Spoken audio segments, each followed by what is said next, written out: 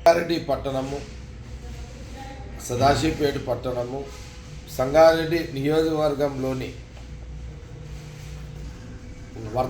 వర్తకులు, వ్యాపారస్తులు, అన్ని వాణిజ్య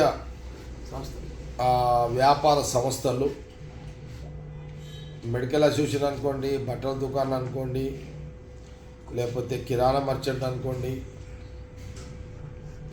మెడికల్ షాప్స్ అనుకోండి, ఇట్లా ఎన్ని వ్యాపార సంబంధించిన యాజమానులు సంబంధించిన వాళ్ళందరికీ నా యొక్క మనవి, మీ అందరికీ నమస్కారం. మీరు కొన్ని సంవత్సరాలుగా సంగారెడ్డి పట్టణంలో దాదాపు నేను మున్సిపల్ కౌన్సిలరు, మున్సిపల్ చైర్మను, 3 సార్లు ఎమ్మెల్యే, ప్రతి ఎన్నికల్లో కూడా వ్యాపార సంస్థలకు సంబంధించిన అందరూ కూడా నాకు రాజకీయ సహకరిస్తూ, మీరు నన్ను ప్రోత్సహిస్తూ, అన్నిట్లో నా విజయానికి నాకు మీరు వెంబడ ఉంటూ, ఈ ఎన్నికల్లో కూడా మీరందరూ కూడా సంగారెడ్డి పట్టణంతో పాటు సదాశివపేట టౌన్తో పాటు 4 జిల్లాల్లో ఉన్న అన్ని వ్యాపార సంస్థలకు సంబంధించిన అందరూ కూడా ఈ ఎన్నికల్లో కాంగ్రెస్ పార్టీ అభ్యర్థిగా మళ్ళీ నేను బ్యాలెట్ పేపర్లో 3వ నంబరు చేయకూడదు, మీ అందరూ కూడా తెలుసు 3వ నంబరు. ఈ ఎన్నికల్లో కూడా భారీ మెజార్టీతో నన్ను మీరందరూ కూడా శాసనసభగా గెలిపిస్తారని నేను ఆశిస్తున్నాను. రాష్ట్రంలో తెలంగాణ ప్రజలు కాంగ్రెస్ పార్టీకి అధికార అవకాశం ఇస్తున్నారు, అందరూ కూడా తెలిసిన విషయమే.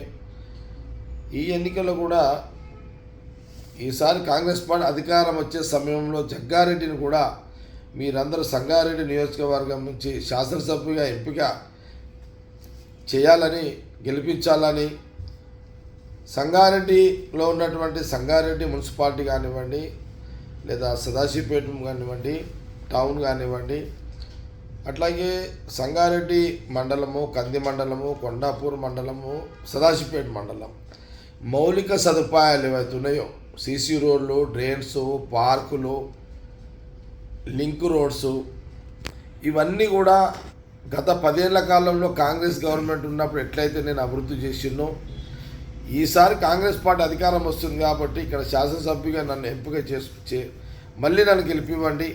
తప్పకుండా పెద్ద మొత్తంలో నిధులు, వందల కోట్ల రూపాయలు నిధులు తీసుకొచ్చి నేను మళ్ళీ అభివృద్ధి చేస్తాను. దీనితో పాటు వాణిజ్య వ్యాపార సంస్థలతో పాటు సంగారెడ్డి ప్రజలకు కూడా నేను కోరుతున్నా, అందరికీ మనవి చేస్తున్నా, అన్ని కొత్త కాలనీలు, పాత కాలనీలు, బస్తీలు, స్లమ్ములు, గ్రామాలలో, పట్టణాల్లో, అన్ని ప్రాంతాల్లో కూడా వందల కోట్ల రూపాయలు తీసుకొచ్చి అభివృద్ధి చేయడం జరుగుతుంది. జగ్గారెడ్డి మాట అంటే మాట మీ అందరూ కూడా తెలుసు, అందరూ కూడా కోరుతున్నాం. కాబట్టి ఈ ఎన్నికల్లో మళ్ళీ ఒకసారి ఎమ్మెల్యేగా గెలిపివ్వండి, నన్ను శాసనసభ్యునిగా ఎంపిక చేయండి, మళ్ళీ గెలిపివ్వండి. మీ అందరిని కూడా కోరుకుంటూ, నేను ఆశిస్తూ, నన్ను గెలిపిస్తారని నేను ఆశిస్తూ, మీ అందరికీ నా యొక్క నమస్కారం.